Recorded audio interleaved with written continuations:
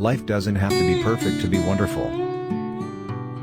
It's okay to not be okay all the time. Mistakes are proof that you are trying. My life isn't perfect, but I am thankful for what I have. Go easy on yourself. Whatever you do today, let it be enough. Life is not a sad story. Maybe you're just going through a bad chapter. Never assume that loud is strong and quiet is weak. The only thing making you unhappy is your own thoughts. Change them. Surround yourself with people that want to see you happy.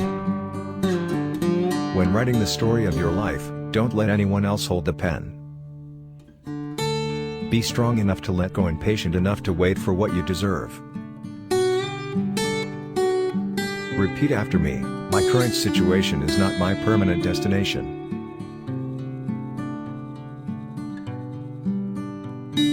Two things you will never have to chase: true friends and true love. When the wrong people leave your life, the right things start to happen. Please like and subscribe. Thank you.